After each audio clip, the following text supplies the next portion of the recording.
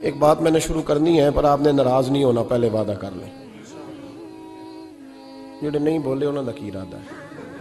ہو جانا ہے؟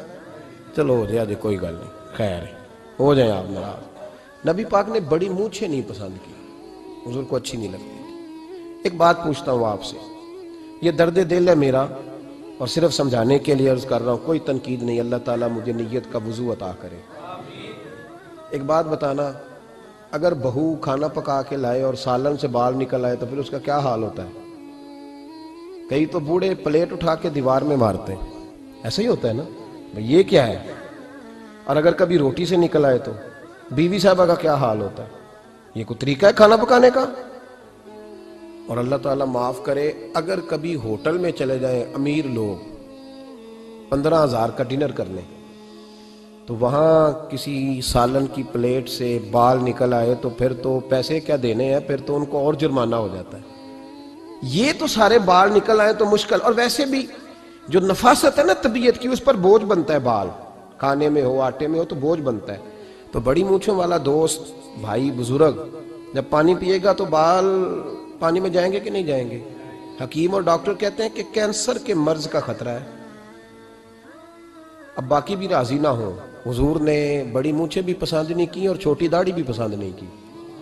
حضور نے فرمایا داڑھیاں بڑھاؤ، مونچھوں کو پست کرو، مشرکین کی مخالفت کرو۔ اور ایک مقام پہ رسول پاک علیہ السلام نے یہاں تک فرمایا کہ جو مونچھیں پست نہیں کرتا وہ ہم میں سے ہے ہی نہیں۔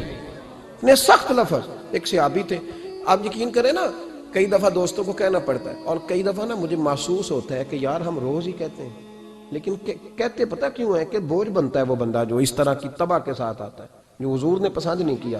ایک شخص نبی پاک کے سامنے آیا، قاضی عبدالدائم دائم صاحب نے لکھا ہے، بڑی خوبصورت بات لکھی ہے، کہنے لگے حضور کے سامنے وہ اکثر آیا کرتا تھا تو مونچھیں بڑی تھی، حالانکہ داڑھی بھی بڑی تھی، مونچھیں بھی بڑی تھی۔ 2-4 دفعہ حضور نے باتوں میں تات اللفظ سمجھایا، کچھ بندے نہیں سمجھتے، تات اللفظ سمجھاؤ یا بڑا کھول کے سمجھاؤ پر بات سمجھنے کو تیار نہیں ہوتے۔ پتہ نہیں کیا ایسا حسن ہے بھئی، جو حسن نبی پاک نے پسند نہیں کیا وہ کبھی حسن ہو سکتا ہے، کبھی خوبصورتی ہو سکتی ہے، وہ کسی کا ذاتی کلچر تو ہو سکتا ہے پر دین کی تہذیب نہیں۔ نبی کریم علیہ السلام نے کئی دفعہ سمجھایا تو ان کی سمجھ میں بات نہ آئی۔ ایک دن وہ بیٹھے ہوئے تو حضور نے ایک صحابی سے فرمایا کینچی لاؤ، کہنے لگے میں سمجھ گیا کہ میرے ساتھ کچھ ہونے لگا ہے۔ ساتھ ہی حضور نے فرمایا ایک مسواک بھی لانا، کہنے لگے میں نے کہا بچت ہو گئی، میرے تو دانت صاف ہے۔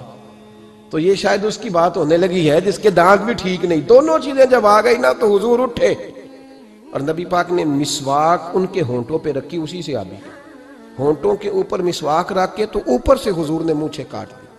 فرمایا یہ نہ ایسا کرو، یہ چیز مجھے پسند نہیں ہے۔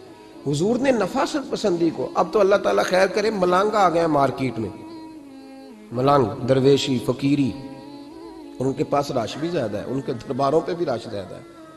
ہاں جی، کہتے ہیں حضرت صاحب درویش آدمی ہے، بھئی روٹی تو پورے ٹائم پہ کھاتا ہے، مونچھیں کٹوانے میں ہی درویش ہو گیا ہے، نہ بال کٹواتا ہے نہ مونچھیں کٹواتا ہے۔ یہ گرو نانک کی تعلیمات ہیں، یہ نبی پاک کی تعلیم نہیں۔ وجود کا کوئی بال نہ کٹوانا یہ سکھوں کا طریقہ ہے، مسلمانوں کا یہ انداز، یہ کدھر کی فقیری ہے؟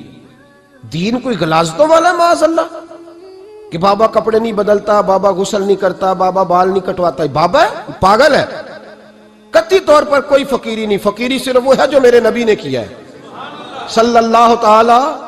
اس منبر پر بیٹھنا فقیری ہے چونکہ حضور ہر جمعے بیٹھا کرتے تھے، مصلی پہ نماز پڑھانا فقیری ہے چونکہ حضور ہر جمعے ہر 5 نمازوں کی حضور امامت فرماتے تھے۔ دین کی تبلیغ کرنا فقیری ہے جو میرے نبی پاک کیا کرتے، خلاف پیغمبر کسے راہ گزیر۔